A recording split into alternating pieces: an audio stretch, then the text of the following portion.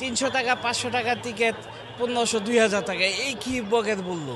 এই জন্য আপেল নিয়ে বাসায় গিয়ে খাবো না। এখন খেলা দেখতে হয়নি, টিকিট পাই নাই, এই জন্য আর কি চলে যাইতে আছি আর কি। খুবই দুঃখের সাথে বলতেছি, নরসিংদী থেকে আসছি খেলা দেখার জন্য, বাংলাদেশের খেলা, বিশেষ করে হামজা, তারপরে আছে তাদের খেলাটা খুব ভাল লাগে।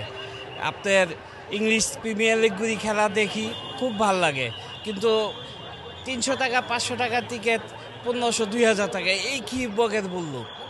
আমরা কি এই বাংলাদেশ চাচ্ছি? সেটা আমি প্রধান উপদেষ্টার কাছে আমার প্রশ্ন। ইনশাল্লাহ বাংলাদেশ জিতবে, যেহেতু তাদের যে পরিশ্রম, তাদের যে খেলার যে একটা ঐতিহ্য, আমি সেই 1983-84 সালে ঢাকা স্টেডিয়ামে আবাহনী মোহাম্মদান খেলা দেখতে আসছিলাম। সেই ট্রেন দিয়ে আসছি, প্যান্ট পরা অবস্থা।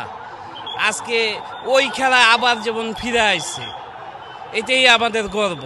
কিন্তু দুঃখের বিষয়, খেলাটা দেখতে পারলাম না। হাতে আপেল নিয়ে গেছি, বাসায় নিয়ে যাব। টিকিট 1500 টাকা দেওয়ার মতো কিনতে পারবো, কিন্তু আমার কাছে এটা একটা খুব লজ্জাজনকভাবে মনে হচ্ছে। এই জন্য আপেল নিয়ে বাসায় গিয়ে খাবো ফ্যামিলি নিয়ে। সেই নরসিংদী ঘোড়াশাল পলাশ। না, এখন খেলা দেখতে হয়নি, টিকিট পাই নাই, এই জন্য আর কি চলে যাইতে আছি আর কি। টিকিটের দাম অনেক বেশি, এই জন্য আর কি টিকিট সংগ্রহ করতে পারি নাই। এই জন্য আর কি এখন চলে দেখি যে টিভি থেকে মোবাইলে দেখবো খেলা, এই জন্য চলে যাইতে আছি। মানুষের গঞ্জন শুনতে আছি যে হয়তো প্লেয়ার মধ্যে নামিয়ে গেছে গা, কিন্তু কিছু বাইরে দেখতে আসে, হয়তো আমরা বাইরে আছি। এই জন্য আর কি মানুষের উল্লাসে আমরা আর কি ভালো আর কি করতে আসি আর কি, উজ্জ্বল করতে আসি যে ঠিক আছে বাংলাদেশ ভালো খেলবো, এরকম আর কি কিছু একটা করতে আসি।